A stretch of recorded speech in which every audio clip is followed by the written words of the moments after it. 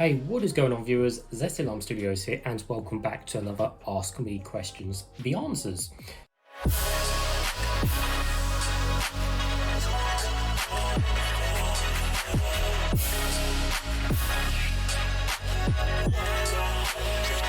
So as always, it's been a few weeks now since I've uploaded the Ask Me Question video. It's been a few weeks, you guys have asked me questions, so here is the question answer video. I'm going to get straight into it. This video didn't get as many questions as usual. I think the algorithm, I don't know, whatever. Anyway, so the first person to ask the question was Felicity Dilvian. I apologize if I said that wrong. I've got the questions on my MacBook next to me here. So he says, he, she, whatever, or he, she, I'm not sure. What fragrances / perfumes do you like to smell on your girlfriend or woman in general? Good question, actually. There's questions I like. So I think I really quite like the purple Paco Rabanne for woman, the purple one. It's really nice scent. I also like, say, I mean, for myself, I kind of like, Hugo Boss, and I love the Armani ones. I believe you can get like the Hugo Boss for like women and stuff, but it's not my kind of favorite. But anything kind of like the Paco Rabanne or kind of similar along those lines, I really like that scent. When it comes to, like perfumes and stuff like that. I mean, some of the ones I smell about, I ain't got even clue what they are, so I'm not too sure. But I mean, I think Rihanna does one, which actually is really freaking nice. I think my girlfriend Becky wears, I think, a Rihanna spray, and it's actually really freaking nice for what it is and the price as well. But yeah, stuff like that I like. What's that smell asks, what happened to your bloopers videos? Any plans to bring them back? I stopped doing the bloopers videos purely because I wasn't actually getting that many bloopers anymore. Like, I was rarely messing up video, not messing up, but I was rarely getting any bloopers, whether it be, me having a sneezing fit or having to blow my nose because of stupid hay fever or, winter cold or whatever. So, I wasn't getting many bloopers anymore. And I think the issue is when I do have a blooper, I have to kind of like obviously either cut the video or stop the video. And sometimes when I cut out the blooper, I can't effectively immediately save it as a separate clip in my video editor. So effectively I cut the blooper out, but then I have to obviously render that video, save it, and then go back into the video, cut the blooper out of that, then save that as a separate clip, and then put them all together in one video project, if that makes sense. Because if I mess a video up at the beginning of a video, that's fine, I'll stop it and I'll just redo it because it's only been like 30 seconds. But if, again, halfway through a video where I sneeze or really badly for for a minute or something like that, then obviously I have to cut that out. So I think more so because it's just, I think, a bit awkward now how I do my editing and stuff and how the clips work. So that's probably the main reason, to be honest with you. I mean, I certainly will consider coming back, but they wouldn't be every month because some months I honestly don't have any bloopers, believe it or not. So some months you won't get bloopers. I might do them every 3 months, say between, I don't know, January to March, and then March to April, or no, not March to April, but so every 3 months or something like that. So yeah, maybe in the future. I know they were funny videos, I know people like them, but yes. So Thomas Flight asks, how did you feel about King Charles? Well, that's kind of not really a question, because it's like, that could mean, well, it is a question, but it could mean 20 different things. It could mean, how do I feel about him in general? How do I feel about him becoming king? How do I feel about him this? At the end of the day, and I'll sum it up because I don't want to bang on about royals for minutes, but basically, I'm not a royalist, but I'm not an anti-royalist. The Queen was cool. She was funny, she was clever, and what she achieved and her length of reign and everything like that will take decades, that will take hundreds of years to beat that record. All of us watching this video now and everyone that's born now will be long dead before that record gets beaten in terms of length of reign. We are extremely lucky, again, whether you're royalist or not, to sit through and experience that. We were extremely lucky. That is history right there, and it's going to take hundreds of years to think. King Charles coming into power, I've not always, again, King Charles seems like a cool guy for what he is. He wants to kind of modernise the monarchy and stuff and meet more people and be more, out there and stuff, which is great, which is great. and everything like that. But in terms of the other roles, like all the Harry and Meghan nonsense and all that rubbish, and Prince Andrew when he's been accused of, pedo, and I just do not care about a lot of them, like the rest of them. But the Queen and King Charles coming, the things with King Charles coming king is already like 73 or something. So it's like he could die next week due to all this extra stress, and then it goes to Prince William, I think. So it's like, okay, he's already old, so they're going to spend billions of pounds on changing notes, money, banks, coins, post boxes, letters, whatever. He could be dead next week, and then they've got to change it all over again. So kind of, they've got to tread a bit of caution there on what they're doing, but that's just the way it works. And like I said, I'm not anti or I'm not for royals. It's just, I like the Queen, she was cool, and it's just, it's just how it works with that thing. Anyways, Jonathan Gibley asks about 10 questions. Thank you for that. So the first question he asked is, have you completed Age of Mythology expansions, and what difficulty? Well, back in the old days, when obviously Age of Mythology and Age of Empires were, on all of our old computers when they're actual disc game, I obviously played through them and completed them. I think it was normal difficulty actually. I think it was easy back then, because I was, a lot younger. But I did actually buy the Age of Mythology HD remastered collection, obviously on Steam on my computer. Played quite a lot of online and done some campaign, but it kind of just run out of time in life to just sink hours into it. But it's great, and I bought Age of Empires HD collection as well. In terms of the expansions, I'm not sure. I thought the HD remaster Age of Mythology collection came with all the expansions, so I'm not too sure, to be honest with you, whether I have done them or not. I did actually start a playthrough. I think it was an Age of Empires HD collection, I think. So I'm really not too sure on that question, because I said I played it for so long and then I haven't touched it for years. It's been out for probably about 5-6 years now, the HD remaster collection. So I'm really not too sure on that one. And in terms of difficulty, I think I played on normal, to be honest with you. Normal. I'm not a fan when games are really hard. I find them just really boring, and again, I haven't got the time to sit for hours on end doing the same thing over and over again just for the sake of doing it on hardest difficulty. It provides me no satisfaction doing games on hard at all. In fact, it annoys me, and if a game's too hard, it will annoy me to the point where I will then actually dislike the game and then hate the game. For example, the Crash Bandicoot Insane Trilogy. That game was so hard and the controls were just so broken, I ended up trading it into CEX because it just frustrates so much. It just really, I used to love them games as a kid, but the remaster collection just throws so many people over the edge. They just got so fed up with it. So I think normal difficulty for me, or generally, if I just can't be bothered, I'll just type a bunch of cheats in. Then that's a laugh, isn't it? By default, what difficulty do you set the game to? I was just literally talking about that. So I think normally I do start generally on normal, because some normals can vary, either normal or easy.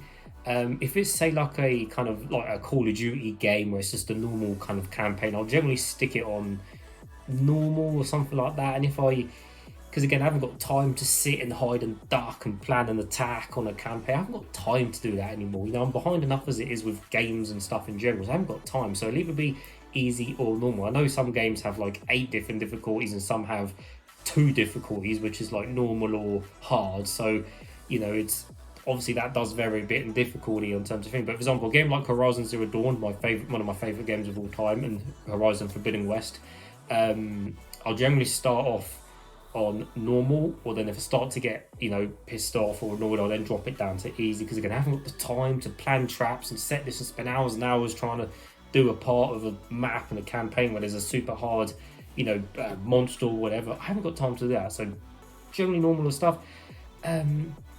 If it's something like, say, Dying Light, for example, Dying Light 1, then probably I think that was on normal / easy again. If it's a game like, say, The Last of Us Part 1 and 2, again, that's got like I think 6 different difficulties. It's got like I think easy, normal, hard, hardest, and then I think realism or something like that. I think I'll stick to normal or easy again. I'm not too sure, because the thing is with difficulties when being games is sometimes I do like a challenge, but with a challenge, I like to always end up winning. And that's my balance, because if something's hard and then I keep doing it, like I said, I haven't got the time, I get annoyed, I get pissed off, and then I drop the difficulty because I get annoyed and start to hate the game, and get all hot and bothered and fluttered and get pissed off. So it's a really interesting balance how I do place my difficulties on the games, which generally does end up around normal or easy. Not because I'm bad at games, just because, like I said, I haven't got the time to sit and plan as much as I'd like to in an ideal world where I could just freeze the entire world, freeze time, freeze aging, sit and spend hours and days just properly doing a game how it's supposed to be played, where you're supposed to plan and do this and set that trap. I would love to do that, but yeah, so pretty long answer to the question, but it is kind of a complicated question really if you think about it. What is the longest you have been away from home for? Well, it would have been when we went on a holiday, and I think the longest I've actually been away on holiday, I think, was for 2 weeks. And I think that was to I think 2 weeks somewhere.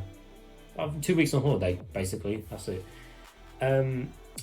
What has been the hardest thing about running your channel? Because running my channel is a hobby, I enjoy doing it, but I think the hardest thing overall is probably, I don't want to say the editing, because the editing isn't necessarily hard. It's not tedious. What's the word I'm looking for? It's laborious. I don't know what word I'm looking for. Basically, it's just long. Like, it's easy to do. You just click there, you move that up, you put that down, you click that, you add that music. It's easy. It's just long, basically. So it's like, I don't know what the hardest thing probably running the channel is. I mean, you see, I've got my YouTube app on my phone, I reply to comments and stuff when I'm out and everything like that, and I catch up on some emails if I get, companies contacting me.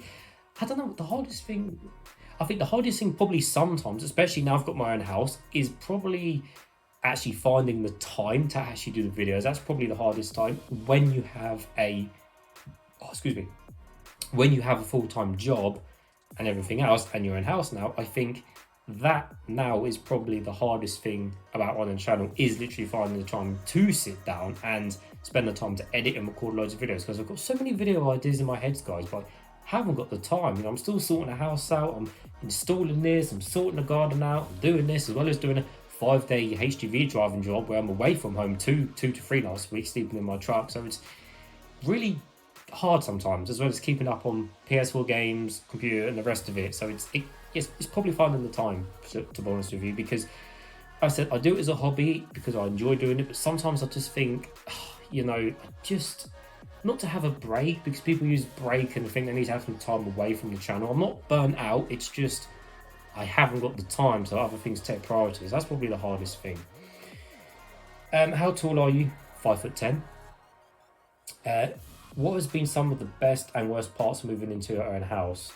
The best parts, I could name you an endless list probably. The peace, the quiet, I can do everything when I want, how I want, where I want. I can have everything how I want it. I've got control of the whole house.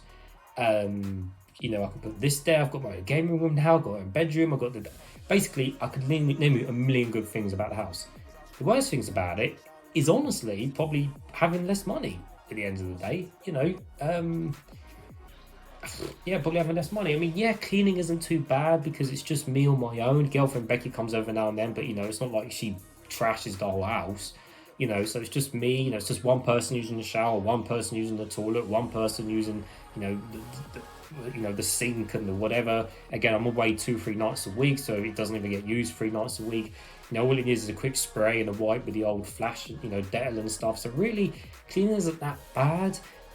Cooking is, it's probably cooking, to be honest with you. Cooking is a pain, coming from where obviously your parents cooked your meals 7 days a week. It's probably cooking, because it is a pain in the backside, because you have to, especially these days in such a busy lifestyle, to do anything remotely healthy or actually decent for you just takes, again, so much of your time. Like today for dinner, I had spaghetti bolognese with cheesy garlic bread. Now it was frozen garlic bread, ciabatta slices, which I put some cheese on top.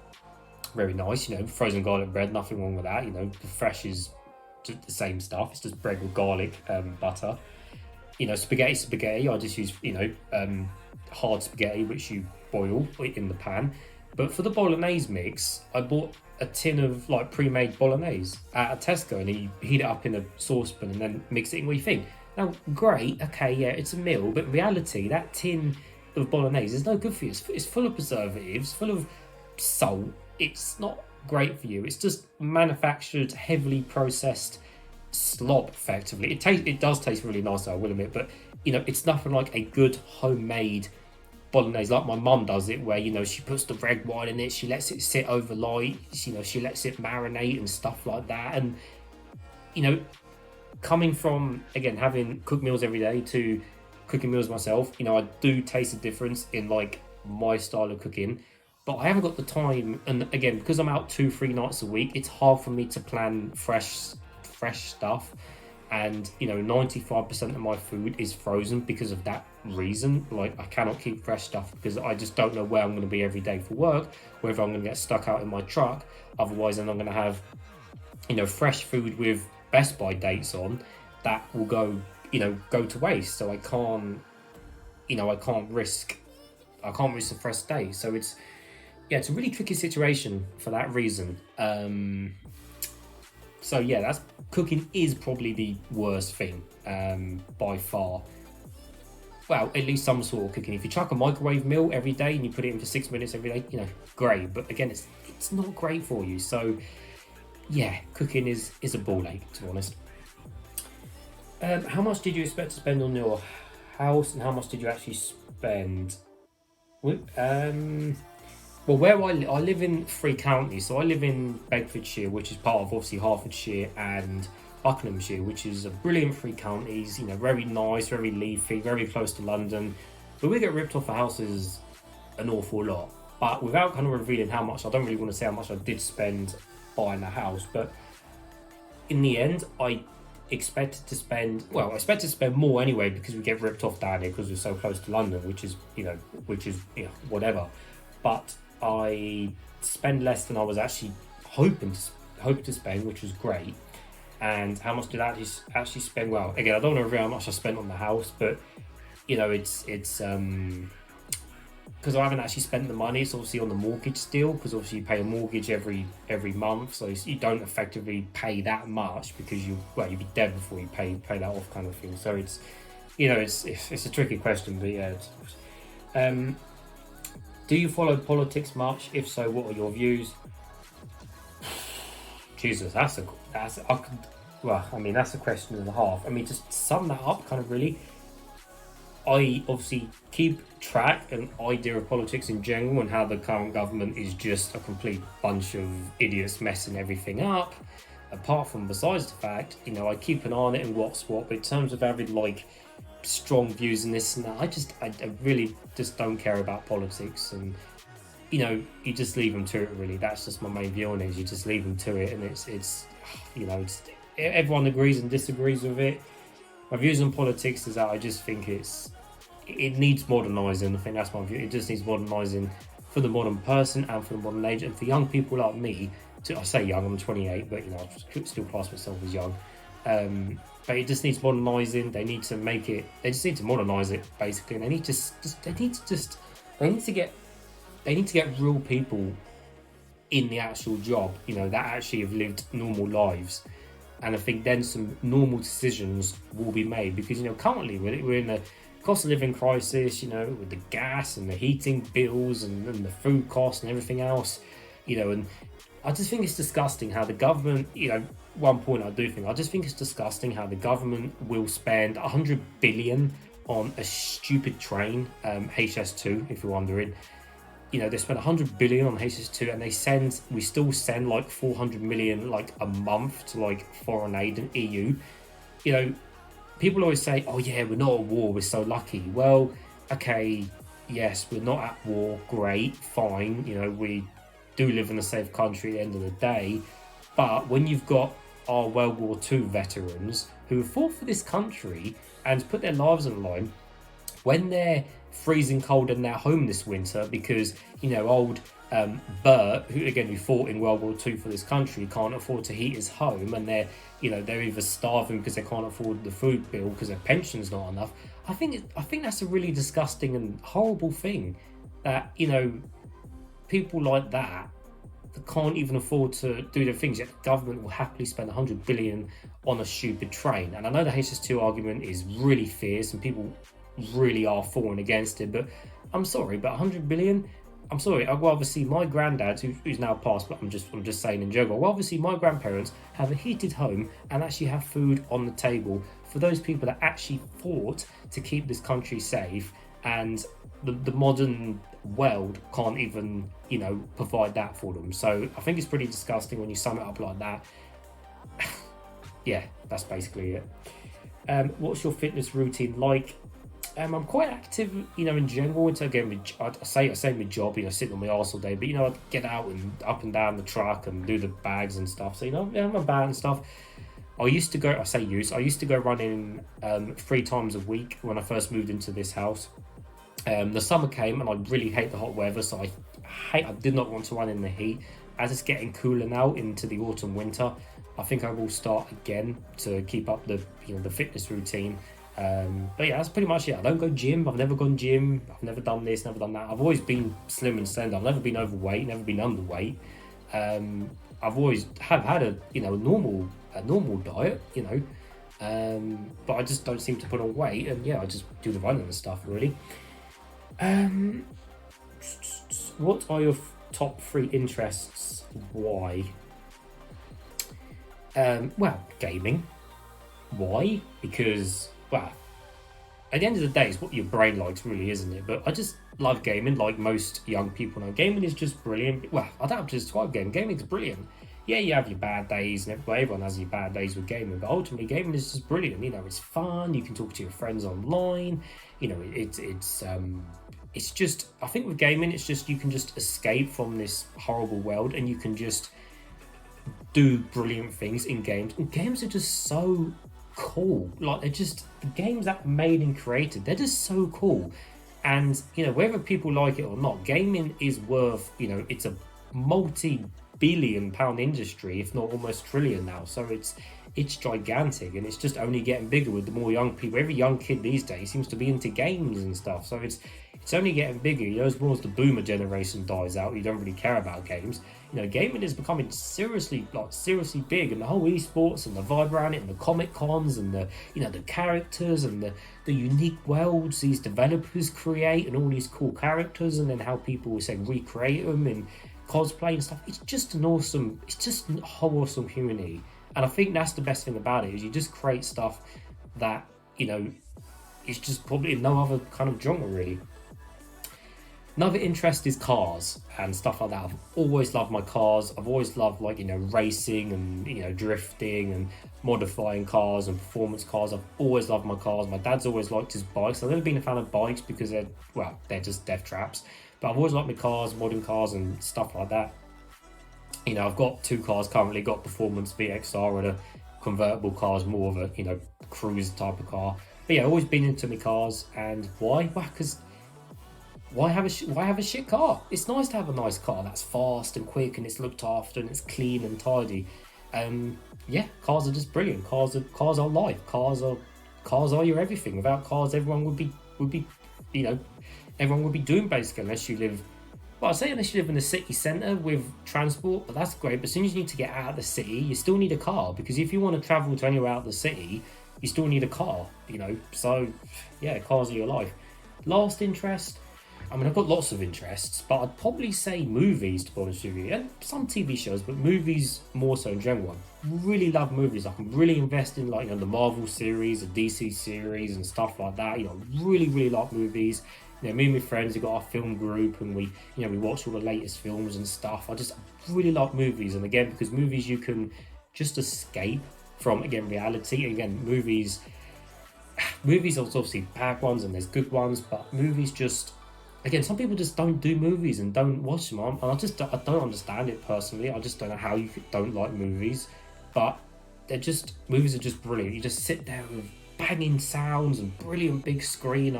You cannot just get that anywhere else. And again, it's just your chance to escape reality and just enjoy the made up world. I mean, look at Star Wars, for example, as a movie, movie franchise, TV franchise. It's massive. It's absolutely gigantic. I mean, I'm wearing this Star Wars T-shirt, for Christ's sake. And again, movies just have such a big following. So yeah, that's my 3 interests. I've got lots of other interests, but it's 3 interests. Have you ever thought, and the last question he asked is, have you ever thought about making your own brand of energy drinks? To be honest with you, yes, I have. But of course, it's very, shut my MacBook. To be honest with you, it's very hard to do and to make. I don't even know where to get started, but I have thought of it in my head, and maybe some years down the line, I could maybe, collab with maybe some other local YouTubers to me. I know one local YouTuber is Food Review UK, who lives near me. Maybe he'd be interested in making a kind of flavour together. But yeah, so I certainly would consider it. I mean, if I could magically snap my fingers and have 3 flavours in front of me right now, saying ZestyLime, Zesty, I don't know, tropical or something like that. Yeah, great, I'd love to do it. But of course, it's it's a massive task, and we don't know where to start. It's alright if you're a big YouTuber like PewDiePie or Mr. Beast or something like that, where you contact G Fuel and they literally invite you and you make your own flavour at their headquarters. Yeah, great, it's alright for them, they're fucking minted. But for us smaller YouTubers, they're going to be not interested whatsoever. But yeah, if I suddenly click my fingers and have my own energy drink range and company, I'd love to. But again, energy drink market is fierce and extremely not convoluted. What's the word I'm looking for? Extremely not convoluted. What's the word I'm looking for? Extremely not filtered. It's polluted, as in it's extremely basically, yeah, it's polluted with so many different brands and stuff now. It's kind of actually getting a bit silly in a way that there is so many kind of stuff competing. So yeah, from that perspective, I have thought about making my own energy drink, but of course it'll be very hard to. But who knows in the future what will happen? Nevertheless, I might get a contact from energy drink company. Who knows, eh? But apart from that, yeah, that's all the questions. Again, it turned out to be a half-an-hour video, which is quite long. So if you have sat through it this way, then thank you very much. I did keep the questions reasonably short without rambling on too much, which I hope I have. But yeah, hope the questions were fun. I'll do another one of these Ask Me Questions in a few months or something like that when we get more into winter time. But as always, viewers, thank you for watching, and I'll see you all later.